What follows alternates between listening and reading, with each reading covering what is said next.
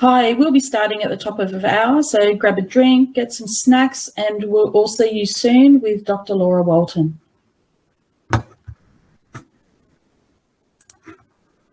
That time is right now.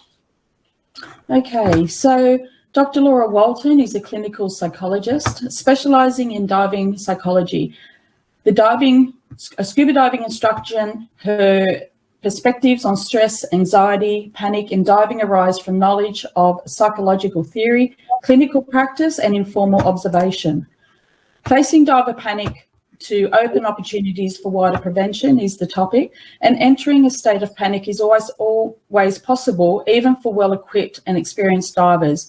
But it's not inevitable. Building our awareness of the complex factors that interact spark to an episode of panic underwater seems multiple opportunities to face the problem of the panic diver. Welcome, Laura. It's over to you. Hi, thank you, Ange. So hello, everybody, and thank you for joining me in reflecting on this topic of diver panic. As a diver, a diving instructor, and a psychologist, I see this as one of the most important issues that affects diver safety. And I really appreciate all of your interest in how we can face diver panic in a way that opens opportunities for its wider prevention. So I realise that some of you are going to be divers considering your own safety, and others of you dive professionals looking to improve the quality and safety of your training, the training that you offer. But whatever the reason for your interest, I'd like you to engage with this talk on a personal level. So just please take a moment to recall your own experiences of anxiety and panic. So have you ever panicked or nearly panicked when you were diving? If not, have you witnessed this happen to another diver? And if you aren't a diver, perhaps just think of another context of high stress or panic. And if you're willing to, just reflect on these experiences as we go. And if you like, you could also put your cameras on just to be able to see the different reactions that people are having to some of the content of the talk. So if you can think of an experience, then you wouldn't be alone. In 2003, there was a survey of divers, and 37% of the female divers and 24% of male divers reported experiencing panic in diving. An earlier survey in 1995 of 245 experienced divers found that 54% reported panic episodes on more than one occasion. And this is really likely to be an underestimate of the total instance, because the study recruited only qualified divers, and it missed all of those who started but never finished training. Now, these are really small studies, but yet they're really quite staggering statistics, because this is really just like you or your body at least. So panic can affect a lot of divers. So what do we mean by panic in diving? So this is the definition I'm using. Panic is a physiological and psychological state that can occur when a person is under stress. It involves extreme levels of emotional arousal and associated changes in thinking, information processing, and attention. In this state, a person's not able to think clearly, and they can't consciously control their actions. Their behaviour is instinctive, and the brain is driving processes for immediate survival, which leads to actions that can sometimes be effective on land, but they're potentially fatal underwater. And also at this point, I'd like to note that divers will sometimes say I was panicking to mean that they felt highly stressed and they feared losing control, but they didn't. I would actually call that near panic, because this panic state involves that loss of behavioural control. So experiences of panic vary, but we know that there are common features. So here I've listed some of the mental, emotional, and physical features of the state of panic. I won't read them all out just now, but some of them are things like rapid heart rate, shallow breathing, we can have shaking or trembling, nausea, headache. There's lots of different symptoms that people will experience of panic. And I've also listed at the bottom features of dissociation, which means mentally disconnecting from the present. And that can be triggered by stress too, and is very relevant to this topic. So you might have heard or seen, divers will refer to passive panic, which can describe a person in a dissociated state. They'll have gaps in their memory and they're disconnected from what is happening, kind of working on an autopilot. So how does this happen? So the process of panic can be understood using this well-known psychological model. So we have the trigger. That's an event that the person interprets as a perceived threat. And this could be anything, including a thought or a physical sensation, as well as some external stressor. The perception of that threat leads to anxiety and a whole set of physiological reactions via the nervous and endocrine system. And this is intended to help the person respond to the threat. And sometimes it can help a bit. We deal with the threat and then we regulate our emotional reaction. But sometimes what happens is this positive feedback loop. And this is where the brain reads what's happening in the body, the high heart rate, the fast breathing, the muscle tension, via the body's feedback systems, and concludes that something is terribly wrong. And it then ramps up the bodily reactions to deal with this threat. Now, where the threat is intangible, like the fear of panic itself, which is very common in clinical presentations and quite often in diving too, there's no clear solution. The loop accelerates. And as that physiological activation is increasing, the brain's limbic system takes over. That's the kind of emotional kind of more primitive kind of part of the brain that takes over, and it cuts off connections to the prefrontal cortex, that really smart thinking part of the brain that directs attention and makes judgments, making it much harder to think clearly. At this point, the person's feeling terrible and they're increasingly desperate to escape the situation, but then they're also rapidly losing the ability to respond effectively. So that leads to a sense that we're losing control. And humans find this uncertainty incredibly aversive. And this is Clark's panic cycle. This is a model I would commonly use for people with phobias and panic disorders, but it can look fairly similar in diving. Except, unlike in a panic attack in a supermarket or an open space, for example, we've got some extra factors that I would argue can accelerate this process. For example, we've got gas density effects like narcosis, which for one thing can augment or create paranoia or anxiety just in itself. And similarly, hypercapnia, that excess of carbon dioxide, that can drive a sense of impending doom just as a result of the excess carbon dioxide when nothing else is going wrong. And then there are thoughts that can be triggered by our knowledge about the real risks, because if we're underwater, then there is actually a very real risk that we could drown. So that can trigger off and stimulate thoughts that are not particularly helpful if they get caught up in this cycle. Now, the role of these extra factors in underwater panic is a potentially fascinating area of study all by itself. But for now, I'm only highlighting this model just for us to understand that process of panic and how it affects us as divers. Once this vicious cycle gets going, the person can become trapped in this state of panic. And this looks like someone who's incapable of thinking clearly or rationally. They're not in control of their actions. They're acting instinctively, driven by basic reflex behaviors. They're unable to communicate effectively or respond to instructions. And they're unlikely to form an accurate memory and possibly will have no recollection of some aspects of the event. It's hardly surprising then that some would argue that panic is the prime concern in diver safety. And in fact, some might say that panic is the overwhelming cause of the majority of injuries and fatalities in diving. And this is a quote from one of the few books that look at behavior and psychological factors in diving, which is stress and performance in diving. It's from 1987. So we've been aware of this for quite some time.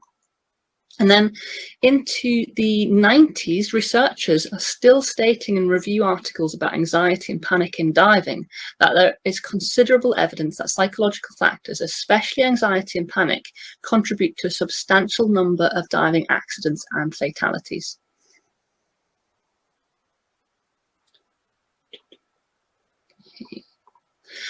However, if we look at the incident reports, particularly annual reviews of safety, you actually find that panic's rarely mentioned at all. Drowning is cited as one of the main causes of death in diving, but also cardiac issues and failure to follow training, failure to follow training especially, tend to be prime factors. And if we actually read through these reports, panic's really rarely referenced. For example, in the Divers Alert Network and British Sub-Aqua Club annual diving reports on diving incidents, injuries and fatalities.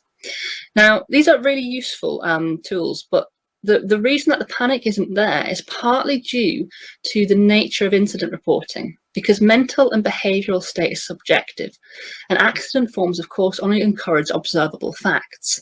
And if you were around yesterday, Frauke Tillman's talk was actually really helpful in describing in more detail about why we don't have this kind of data.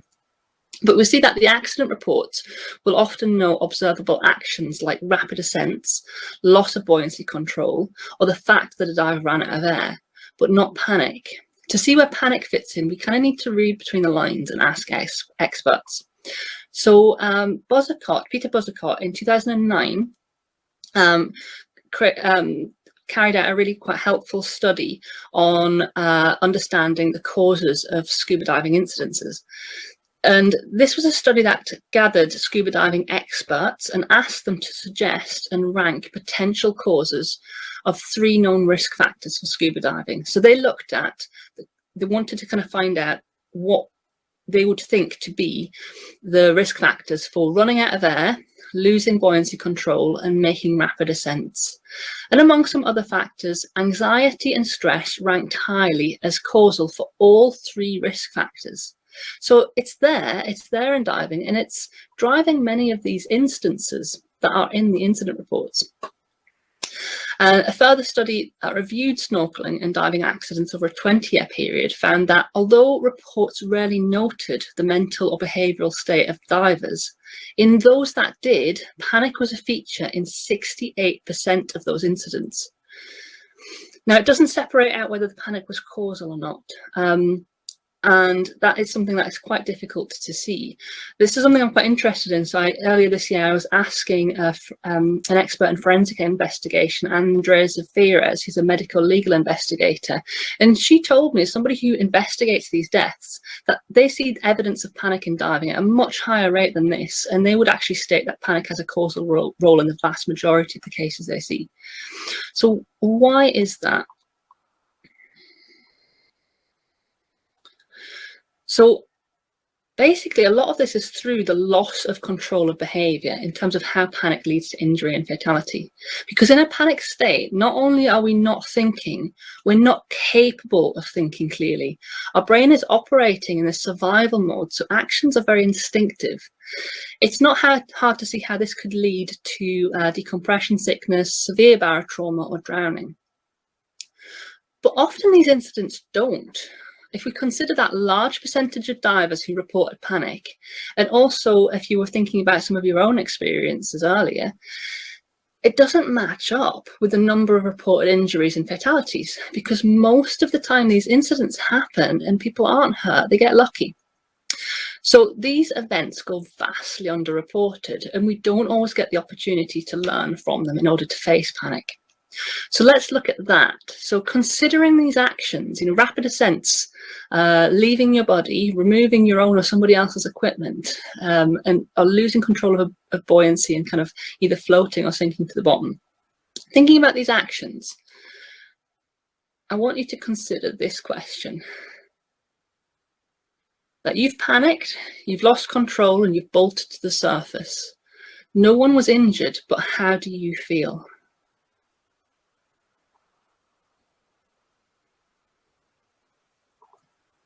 Probably not great, because unless your ego defenses are doing a great job of avoiding feeling, then you may be encountering some embarrassment, shame, or even guilt. And again, you would not be alone in this. In the early 1990s, Jennifer Hunt, who is a sociologist, studied divers' reactions to decompression injury.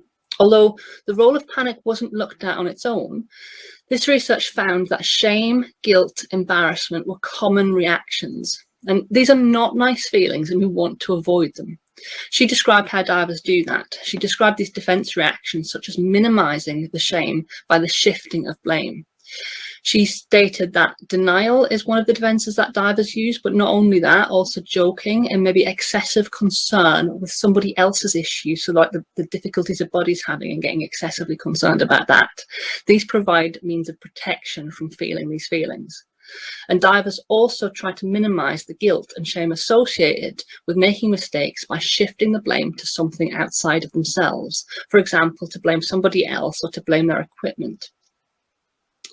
And then when we return to diving, there's also fear. Because an encounter with panic is going to show you that you're not fully in control of your actions. And as a diver, that is frightening. We fear how panic threatens our survival, but we also fear the blame and shame and judgment we might encounter if we were to panic on a dive. And that can lead to a lot of investment in the need not to panic underwater, the need to control that outcome. And this is where people can get really stuck. So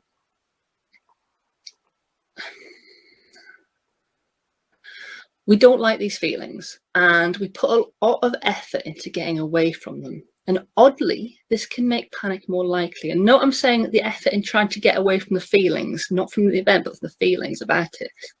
This makes panic become much more likely. In clinical practice, I work with people with anxiety and panic disorders. And one of the biggest drivers of panic is not wanting to feel the feelings that are arising, the various feelings that are happening. So the panic arises actually from trying to fight the emotions. That stress increases because we're trying to get away from these internal experiences. And of course, when we're doing that, we're not talking about it. We're not addressing the real underlying issues. We're not dealing with the things that are actually quite uncomfortable to face. And that also means not improving skills or not making real changes to the situations that cause it. Because if we really want to stop panic, we need to face some really quite uncomfortable stuff sometimes. Now, I've worked with divers caught in this trap, and we can find increasingly creative ways to attempt not to feel these unpleasant emotions. People come up with all kinds of creative behaviors and habits in order to not feel these things. But it doesn't work. And eventually they become less and less tolerant of small stresses and kind of boxed into a corner, unable to do a lot of the diving that they want to do because they've moved so far away from these feelings. And this is a problem. This is called experiential avoidance, where our natural dislike of uncertainty and our desire to control events pushes us to focus on fixing the discomfort rather than addressing the issue or learning. It's also very relevant in blame and attribution processes. The human mind wants this simple answer. It's his fault, it's her fault. The reason for the accident is that the diver panicked. And once we have that very narrow solution, we want to turn that answer into a problem. Once we have that narrow kind of reasoning, we want to turn that answer into the solution. So whatever you do, just don't panic. It's the end of the talk, with the close of the conversation.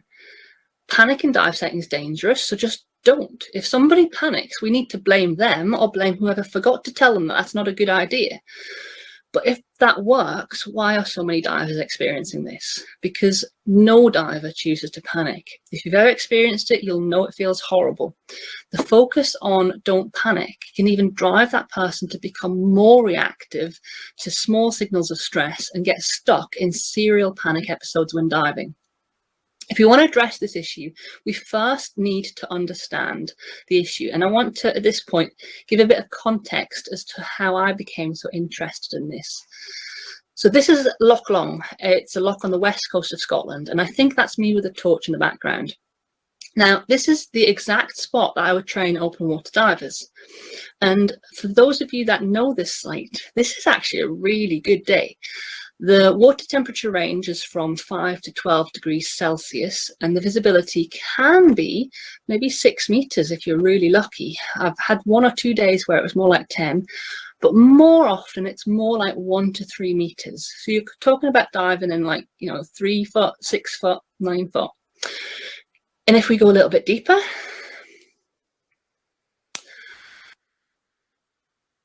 this is about 20 meters deep, I think, and it's the middle of the day. And I remember this day, it was a sunny day. But the peat runoff from the hills forms this layer in the shallows that makes it as dark as night. And this can make a really great dive. It's like diving in space. But if you look down in that bottom left corner, you can also note that fine silt. And it would just take one diver to stir that up and you could lose sight of the whole group. And each group, certainly for teaching and training, was typically 4 students and 2 professionals. So over the years, I think I've done about 400 training dives at that particular site. And that gave me the opportunity to see a lot of interesting diver behavior. And of course, the occasional panicked diver as well. So that got me thinking. And this is where I really started to think about diver panic and how to explain why divers panic, what makes us panic, in a way that was helpful. Because when our divers had issues with stress, anxiety, or panic, they obviously want help to understand how to get past it, and the instructors too. So in the week, I was working in clinics and communities to help people overcome various forms of panic and anxiety. So I knew that it could be understood, explained, and I knew it could be overcome as well. I knew there were lots of ways to overcome panic. So I researched the literature and kept talking to divers and instructors. And I found lots of useful ideas and information, but it never quite satisfied a need that I'd had for coming up with a brief explanation that reflected the real complexity of human behavior, that didn't just narrow down the explanation for panic into this kind of tiny point of attribution. So this went on for years, alongside my other interests in diving psychology. But it just never could quite fit together.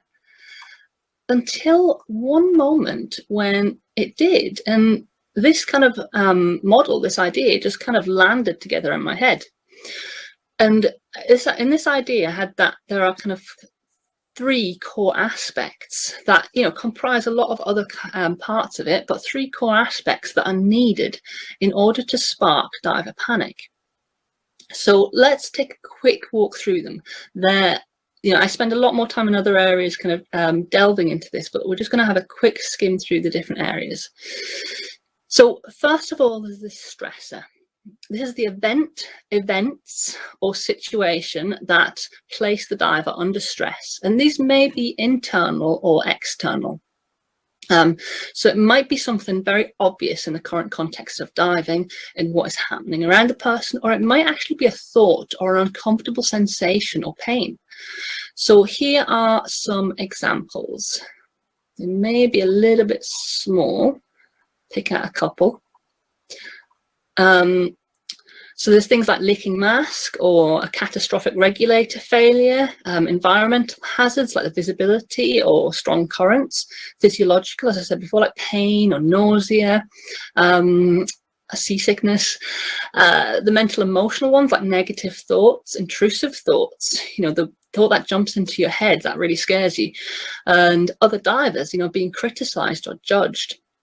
Now, if you're looking at this list or some of the ones that I mentioned, you'll probably see plenty of things on there that do not make you panic, because the stressor alone is not what makes the diver panic. As the diver, we encounter stresses all the time and we don't always panic.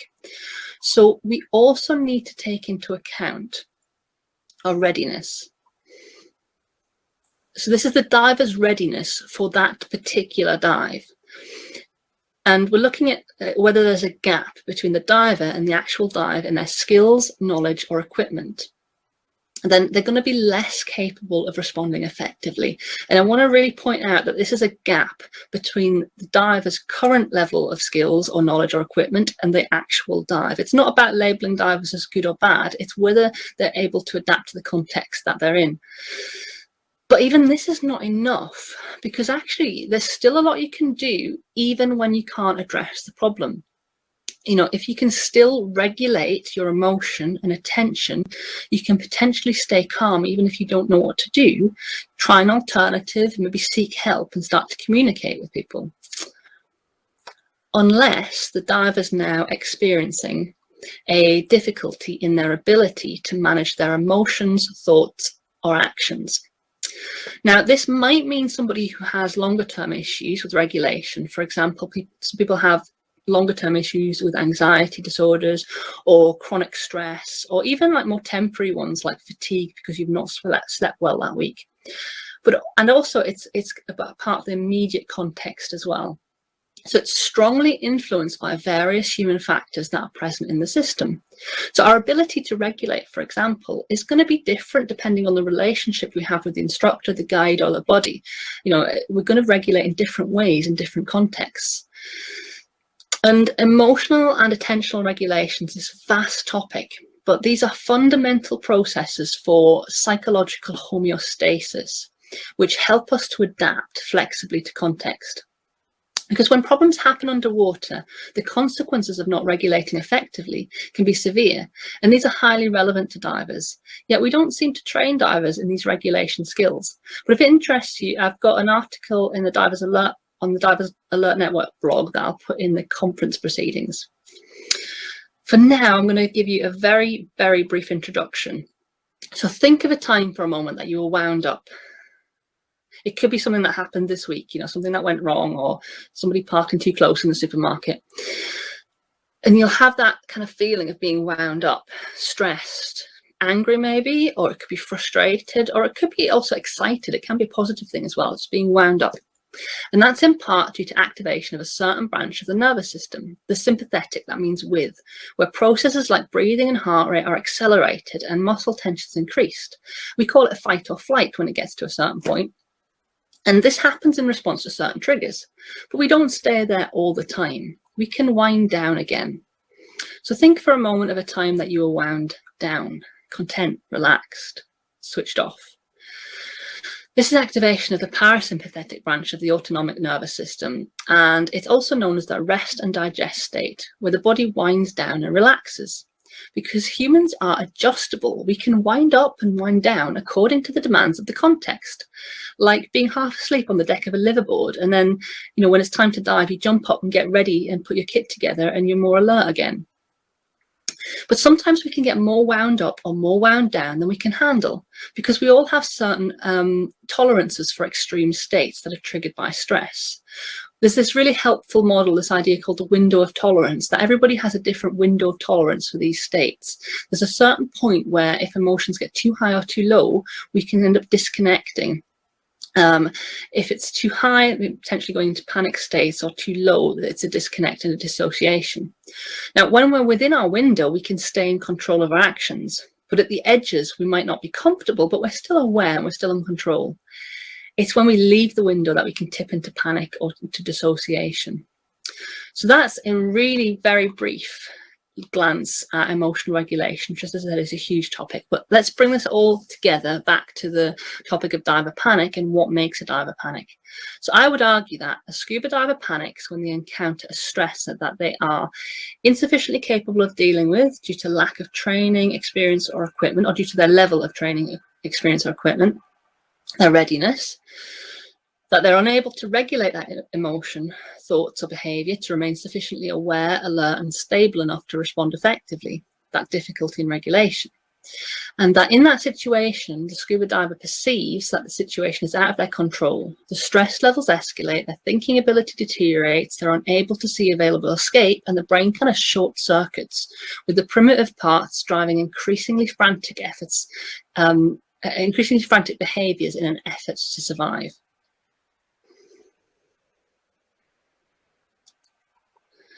And I found this concept really helpful, so I wrote up an essay describing that proposed model, and that was accepted into the Undersea and Hyperbaric Medicine Journal, which I will put also in the conference proceedings.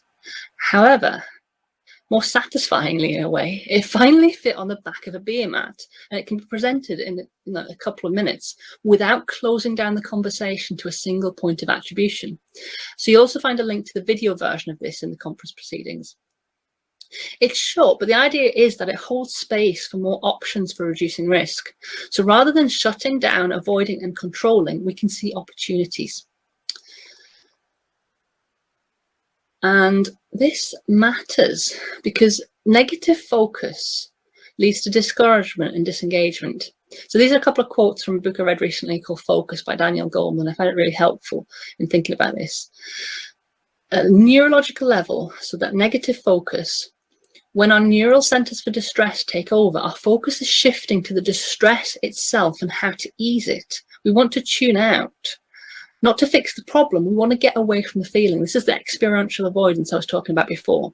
Because when we perceive that there is a problem with me or them, we get into a how do I fix it state. We become a problem to be fixed, and that closes down our thinking at a neurological level.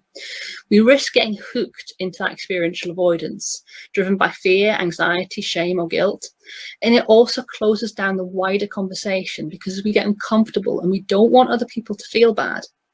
One example is like a student diver who's struggling with a skill in training, and the instructor feels really bad about it, and they want to reassure them. They want to make them feel better, and they say, yeah, everybody hates this skill, but you just got to do it and get through the course. And sometimes they might even say you don't have to do it again. So rather than learning to regulate and build familiarity with the skills that we need, and that familiarity to reduce the reactivity, the student toughs it out and they build emotional reactivity to this skill. Every time they do it, they feel more stressed about it without really developing readiness. So when that stressor occurs, the one that they need the skill for, rather than do the skill that they were taught in training, they don't follow their training, they might panic. Alternatively, we can regulate, create space for these difficult feelings while focusing on what matters. And then our brains are functioning in a way that we can see much more possibilities. We can see more possible options because our brains are actually functioning in a different way when we're not shut down and we create space. So if we want solutions to the issue of diver panic, this openness to options is helpful. Looking at these three areas, even quite quickly, you can start to see that there are actually many, many routes to facing diver panic. And this is where we can see the value of diving psychology and other contextual behavioral sciences applied to diving. So look for the links here in the next few slides to what you already know and certainly what you'll have already seen at this conference. So I've just put together a few ideas very quickly, just based on these three different areas. So first of all, the stressor. We can remove the stressor. That can sometimes be an option. It's certainly something that's listed in standard kind of recreational diver training, that you can potentially look at removing the stressor or changing the diver's perception of the stressor, if we're willing to let people know what they are. So for us to do that, the context and the culture matters. If we're stressed by something, whether we tell people or not is going to depend on that. If the diver feels stressed by certain tasks, features of a planned dive, then perhaps they can be appropriately avoided or passed to somebody else. Of course, to know that, we're going to need an effective dive briefing to communicate expectations and plan the dive. As I said, look for the links as to why that's so important at the rest of the conference. To create an effective briefing, we're going to need these site risk assessments, and risk assessments are something that was being talked about yesterday as well. We need the risk assessments and shared communication about all divers' levels of experience and training. And then there's an awareness of personal triggers, because we all have things that just wind us up.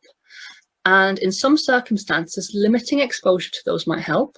And it may be that we're carrying thoughts and beliefs from everyday life into the dive, and these can turn into stressors. Sometimes it might be appropriate to address these factors before the dive, or maybe even not to dive at all if we know we have a kind of high level of these personal triggers on a particular day. But for a lot of this, we need perspective taking skills. We forget that other divers might have very different tolerances to that we do. And, as we gain experience, we're all subject to complacency and forgetting that other things might be stressors now to people, even though they're not for us. And obviously that's particularly relevant to instructors and to people who are guiding. And of course, we don't want to remove all the stressors. For one thing, that would make for really boring diving. We also want some ways to be able to build our readiness. So here, of course, quality of training and education is a massive part of this, as are resources and our, such as time, our access to equipment, to pools, to dive sites, which a lot of us have been struggling with in the last couple of years, where we'll be able to develop our skills and gain experience. And we just talked about removing one or some stresses, but avoiding stresses entirely is completely counterproductive because we need that exposure to the hazards in order to develop our skills. Then where there are risks, we can take steps to manage these with safety nets so that when we're learning, we've got space to make mistakes, to then gain feedback and to improve. For that to work well, then the social environment and relationships are going to matter. Being able to trust each other, being able to trust your instructor is going to let us learn the skills that we need to deal with the situations that could otherwise be stresses and generate panic. But also in raising concerns at the earlier stages so that that gap can be addressed. And then there's learning and how individuals understand their ability to learn strategies for effective learning. There's a huge area in this. We were talking very briefly yesterday about mindset, or for example, growth mindset. And once we can have in a growth mindset, we have a very different attitude to training. Now, although we can address the readiness aspect by closing the gap and bringing the dive closer to the diver's level of readiness with regard to skills, knowledge, or equipment, building readiness is not going to be possible without encountering the stresses in some form. So by nature, that's challenging and it involves facing discomfort. And so that's where we benefit from regulating effectively. That regulation matters in the short term, in that moment when we face the stressor underwater, but it also matters in the long term, that being able to regulate our responses to kind of smaller examples of this, particularly in training, and that discomfort we'll often feel when we're not confident about new skills. So we also need to consider our ability to regulate our emotions and our attention. And this is dependent on context, again, especially social context, because where the environment feels safe, that's going to make a difference to how well we can shift our state inside that window of tolerance. And effective communication can impact regulation in all kinds of ways. Having the correct information for a start and being able to state concerns and therefore feel safe because that trust and connection is so important, and it can calm a reactive nervous system very, very quickly. Trust almost has like a wind down effect all on its own. And then there are psychological skills. These can be learned just like we learn skills in diving, but we rarely do it. So mental rehearsal and diaphragmatic breathing, for example, these have actually been shown in studies to reduce anxiety in scuba divers. So these are studies of scuba divers in training and asking them to learn these skills and use them. Some training agencies do integrate these into training a little bit, but the value's often not well understood, and so they're often kind of brushed over. We can also improve regulation by addressing the triggers that have been learned via trauma. So that could be that bad dive that still sets off your heart rate, when you go back to the same site or back to a similar circumstance, or even just when you think about it. I've certainly met divers who can get very kind of stressed just thinking about a really bad dive that happened. So that's a trigger that's been kind of installed and built there via trauma. Or that it could be kind of something different. It could be that negative, critical self-story, the one that is set off by frustration or anxiety. And that could have been learned much earlier in life. So there are ways to change our reactions to these triggers so that when they come along, when the stressor comes along, they no longer take control of us. We can actually take, there's various kind of methods and ways to address these triggers. In the last couple of years, we've also become more open to looking at mental health in diving, and we can also consider how this affects our fitness to dive as much as our physical health sometimes. Now, you may have noticed the ...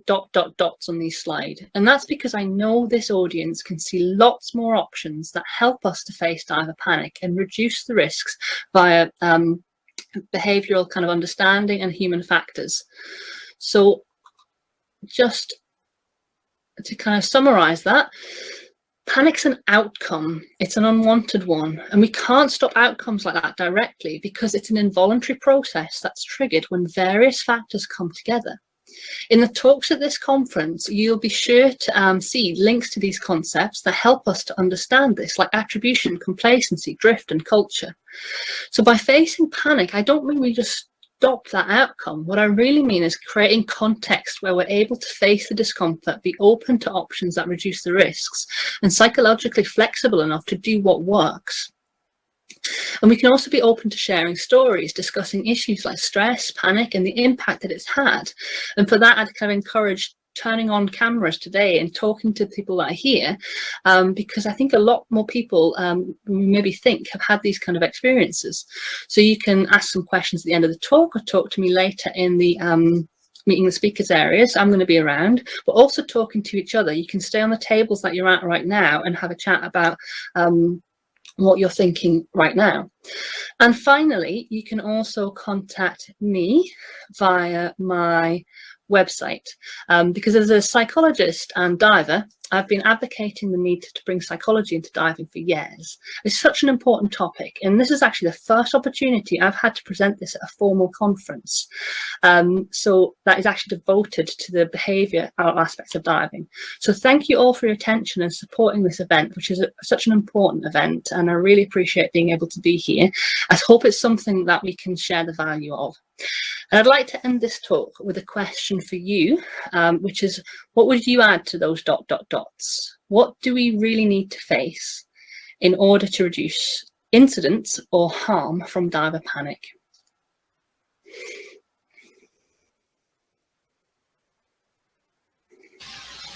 Great job, Laura. Ange, take it away.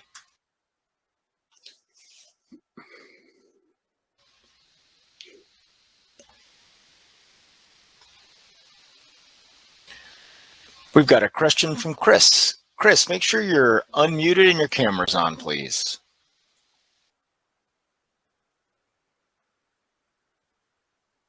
Hi, Laura. Hi. Hi, Chris. Hi. Thanks. It was good talk. I enjoyed it. Thank you. One of your very first slides talked about the different, the look of a panicked diver, and and we all have a view of a panicked diver as being somebody highly agitated and aroused, but your slide said there's another form of panic which is very, very low arousal. Is there anything about people's makeup that make them more susceptible to one or the other reactions? Yeah, I mean, I don't think there's much research on this in diving. It's a really good question.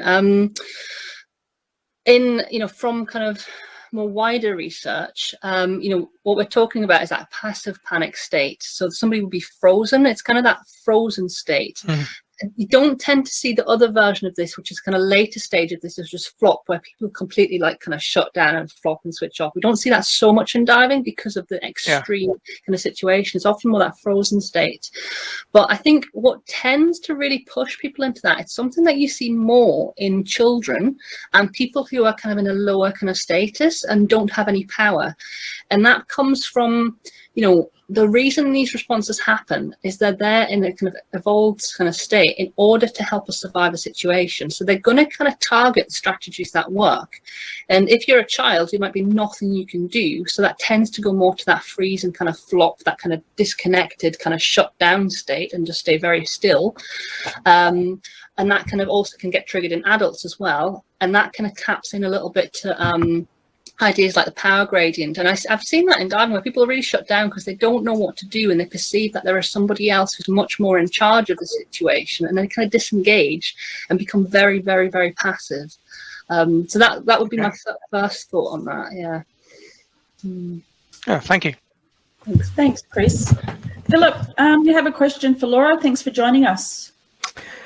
Hi, Laura. First of all, thank you for this absolutely brilliant talk. Really sort of rang true with me. I've had like panic disorder for a long time, which I've managed my diving to try and deal with that. And a lot of this was kind of like saying, like, hang on, maybe you need to go beyond what you're doing to do the things that you want to do.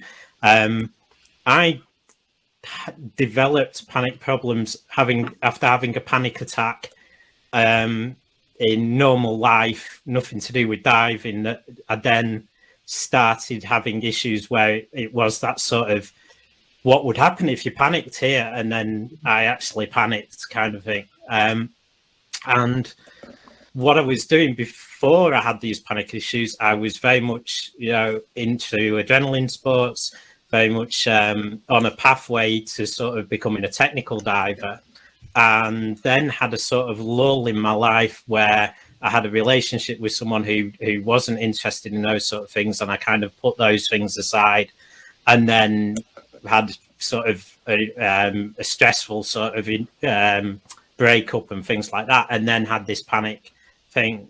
And I was just sort of wondering, do you see that with people who have sort of the people who are sort of adrenaline, not necessarily adrenaline junkies, but doing high stress jobs and things, and then have lulls and then develop panic? Because I have met other people who sort of say that kind of thing has happened to them. Yeah, I mean, the short answer is definitely yes. The reasons for that are really complex. So if I was working with somebody, like, I would the way psychologists work, we don't kind of jump in and kind of label stuff. What we do is spend a long time talking to the person to come to an understanding about how a situation developed. So there might be very individual factors as to why one particular person might kind of, suddenly kind of going along in one way, and then kind of say like a lull or a change. And it would be different from person to person. There would be key factors. Now, with panic, kind of going back to the ones I was thinking of in the talk, panic disorder, and thank you for sharing that story as well, by the way. I think it's a lot more common than we think, that when we experience that first panic attack, it's so scary and so aversive that we really don't want to experience it again. And people could just get locked into these kind of stuck states of, how do I get away from this? And there's a kind of like a running kind of, how do I get away from it? And that increases the stress and anxiety, increases the investment in getting away from it. And inadvertently, it kind of locks the situation in place so that it happens over and over and over. And what's actually needed is almost like turning towards it and being able to accept it. And that takes a lot of work a lot of the time, to be able to let some of that go. So that often is one of the key factors. But I'd be talking for quite some time. I went into all the different reasons, but yes, certainly I do see that quite often. More often than you might think in diving. I mean, personally, there's probably an entire paper just on my experience of these sort of things. But yeah, so much of that rang true. I think the first time I had a panic attack underwater after having this sort of panic attack, I was very lucky. You were talking about sort of trust and psychological safety and things. I was very lucky that I was on a boat in the Red Sea, and the dive guide on the boat was brilliant and sort of sat me down, and we had a whole conversation about I'd had this panic attack before and this kind of thing. And I think if he hadn't sort of gone, no problem, let's, we'll go in, we'll do a dive together. We had a fantastic dive. I may never have dived again. And it was that sort of psychological safety. And, it definitely helps to be able to sort of say to people, yeah, I have I've had these issues. If you know about them, I immediately feel more comfortable and less likely to have them. Yes, so, it takes it down because you're both facing it, and you're both facing it together. And obviously there's a really complex whole area around when we're safe to dive, when we're not, and how we do that. But you're right, if we have that open communication about it, it's going to make it much more likely that you can just end the dive, or you kind of, some people I've talked to have a signal. So they've maybe agreed to signal, like, I'm feeling stressed, so that they'll communicate to the other diver or their body or the guides. That means that they can kind of actually be in control and reduce the incidence of it happening. Thanks, Laura. There's some really great questions in there. If you'd like to meet Laura further after this conversation, you'll be able to meet her in Hall 2, meet the last speaker in Hall 2, where they can carry on the conversation. Laura, thank you very much for taking the time out tonight and going through such a very important topic that we all should be speaking about. Thank you for your time tonight. Yeah, thank you, Angie. Thank you for your help. You're welcome. Okay. Go